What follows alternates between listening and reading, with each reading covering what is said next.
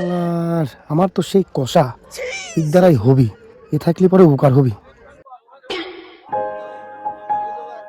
আয় আয় আয়।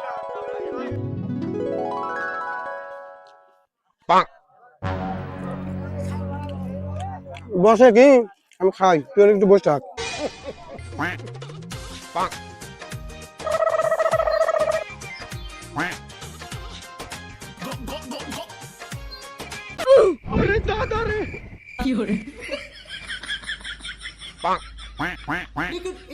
তাহলে এবার যাও, হ্যাঁ তুমি চলে যাও।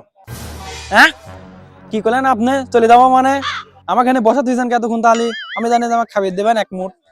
আরে পাগল, আমি কি তোকে খাওয়ানোর জন্য বসাইছি? আসলে সমস্যা কি জানিস, আমার একটু কষা, যাতে তোর চোখ লাগে ওই জন্যই তোকে বসা রাখলাম।